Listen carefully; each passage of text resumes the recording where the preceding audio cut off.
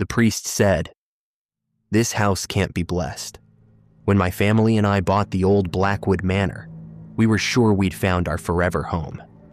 That dream turned into a nightmare on day one. We'd asked the local priest, Father Michael, to come bless the house. He took one step inside, his face went completely white, and he turned to us. He said something I will never, ever forget. This house can't be blessed. The ground it sits on is unholy." He left us a bottle of holy water for protection. We put it on the mantelpiece, and then we watched in absolute horror as the water inside started to boil. Section 1, the dream home. My wife, Clara, had always dreamed of owning a home with a real history. Something with character, she'd say. Anything but another cookie-cutter house in some soulless suburb. When our daughter, Lily, was born, that dream became more of an obsession. We just needed more space, and our city apartment was starting to feel like a cage. The problem, as it always is, was money. We'd been saving for years, but the housing market was just brutal. Everything in our price range was either ridiculously small or needed a fortune in repairs. Then Blackwood Manor popped up for sale. It was this Gothic revival thing, a total relic from the 1800s, tucked away at the edge of town and surrounded by acres of overgrown woods. Looking at the pictures online, it was both magnificent and absolutely terrifying. It had turrets and gables like a fairy tale castle, but the tall, strange windows looked like eyes staring out. It had been on the market for years, the price dropping over and over, until somehow it fell into a range we could just about afford. We knew it was a huge risk. The place was falling apart, the paint was peeling off like sunburnt skin, and the yard was choked with weeds. But the inspector told us the structure was sound, and all we could see were the possibilities. We pictured Lily running down the massive, echoing halls, playing hide and seek in all the little nooks and crannies. We imagined bringing the dark wood floors back to life and polishing the dusty, stained glass windows until they gleamed. This wasn't just a house, it was our future. We poured every last penny into the down payment. We had to make it work. There was no plan B. This was it. But our very first night there, I got this eerie feeling that I just couldn't shake. The feeling of being watched. I told myself it was just new house jitters, the normal creaks and groans of an old building. I couldn't have been more wrong. Section 2, the priest's warning. So on our first real day in the house, Clara suggested we have it blessed. Neither of us were particularly religious, but it just felt like the right thing to do. You know, a way to clear out any lingering history and start fresh. We called the local parish, and an older priest, Father Michael, agreed to stop by that afternoon. He pulled up in a simple car, a kind-looking man with gentle eyes and a warm smile. He was admiring the architecture as he walked up the path, and I started to feel calm. His whole presence was reassuring. I held the door open for him, and the second he stepped over the threshold, his smile just vanished. He froze right there in the entryway, his hand flying to the silver cross around his neck. All the color drained from his face. He took this short, sharp breath, like the air had been punched out of him. He looked around, not like a guest, but like a soldier stepping onto a battlefield. "Father?" Clara asked, her voice shaking a little. "Is everything all right?" He didn't even look at her. His eyes were locked on the grand staircase in the foyer. He raised a hand, almost like he was warding something off. "There is a sickness in this place," he whispered, his voice raspy. "A deep, deep wrongness." He slowly backed out of the doorway and onto the porch. He looked at us, and his eyes were just full of pity. "I cannot bless this house," he said, his voice firm now. "No blessing will take hold here. The very ground this manor sits on is unholy." My heart just sank. This wasn't the fresh start we had in mind. A priest refusing to even bless a house? That's something you see in horror movies, not something that happens in your new living room. Seeing the terror on our faces, he seemed to soften a bit. "I won't leave you with nothing," he said. He reached into his bag and pulled out a small, corked glass bottle. "This is holy water. Keep it out in the open. Put it in a central place. It might offer you some protection, but you have to understand, you're dealing with something powerful here, something beyond my help." He pressed the bottle into my hand, wouldn't take any money, and practically ran back to his car. We were completely shaken. We just stood in the doorway and watched him speed away. I tried to crack a joke to break the tension, but the words wouldn't come out. Clara took the bottle. With a look of determination, she walked over to the giant stone fireplace in the living room and set the bottle of holy water right in the middle of the mantel. "There," she said. "Protection."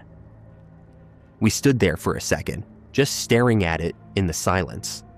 And then it happened. A single bubble formed at the bottom of the bottle, then another. The water started to fizz, a soft hiss filling the dead air.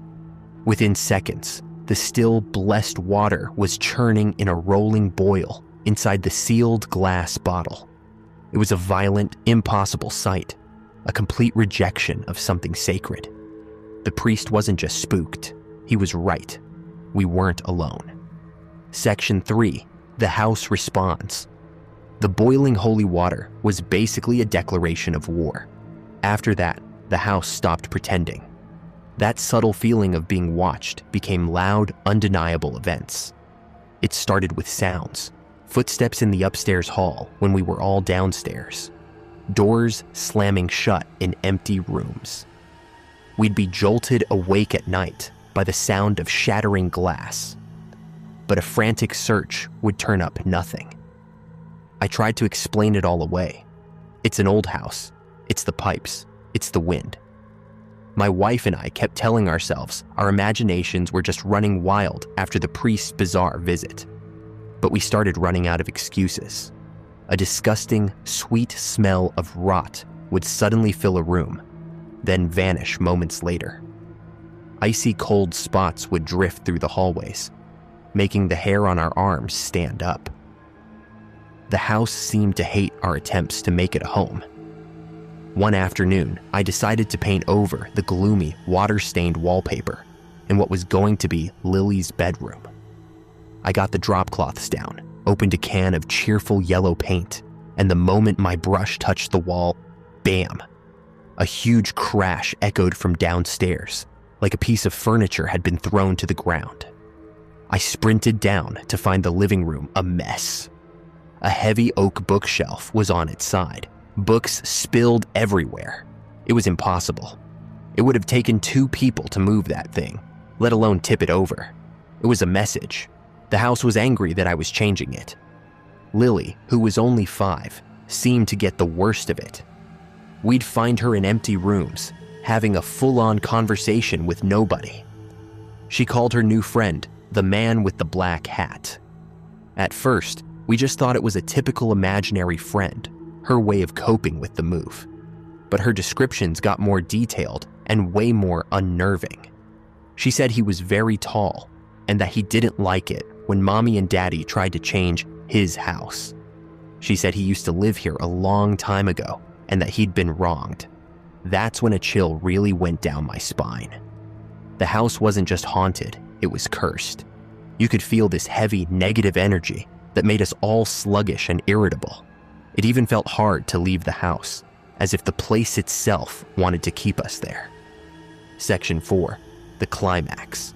The 3rd week is when the man with the black hat stopped being an imaginary friend. One night, Clara and I were ripped from sleep by a blood-curdling scream from Lily's room. We flew down the hall and found her sitting bolt upright in bed, pointing at the darkest corner of her room. Her face, just a mask of pure terror. "He's angry!" she shrieked. "I don't want to play anymore." The room was freezing cold, and that thick, rotting smell was back.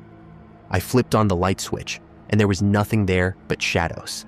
But as I was holding my terrified daughter, I felt it for the first time, a real physical presence, a pressure in the air, a feeling of pure evil that sent my own body into fight or flight mode.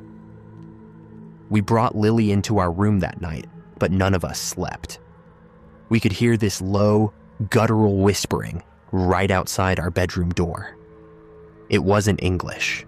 It was some hateful, ancient language that made your teeth hurt.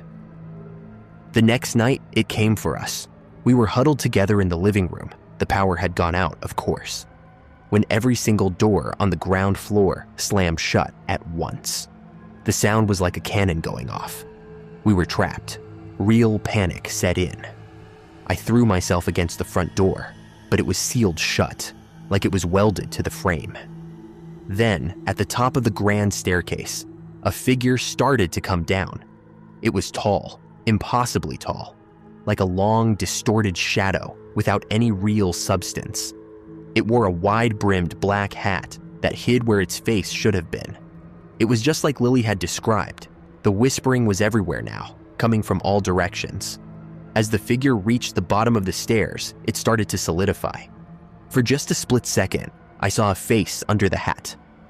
A face twisted in a silent, endless scream of agony. It lunged at us. I grabbed the heaviest thing I could find, a solid iron fireplace poker, and I threw it with everything I had. It passed right through the thing and just clattered against the far wall. The figure raised a long, bony hand. This was it. We were going to die in this house, just another tragedy for it to swallow. Conclusion. Suddenly, a deafening crash exploded next to us. The stained glass window by the front door shattered, spraying glass everywhere.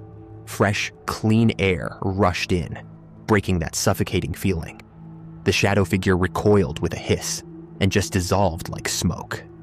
For a second, we were all too stunned to move. Then, instinct took over. I scooped Lily up, grabbed Clara's hand, and we scrambled through the broken window, not even feeling the cuts from the glass. We didn't look back, we just ran. We ran through the overgrown yard, down that long, dark driveway, until we felt the cold pavement of the road under our feet. We left it all behind. Our money, our belongings, our dream. That house just swallowed it whole. We never did find out the real history of Blackwood Manor. We never went back. Sometimes I wonder how many other families it broke before us. The priest was right. That ground was unholy. Some places are just born bad, so steeped in misery that they feed on the hope of anyone foolish enough to try and live there. If you enjoyed this story, be sure to like and subscribe for more strange, dark, and mysterious content. And let me know in the comments, what do you think was really in that house?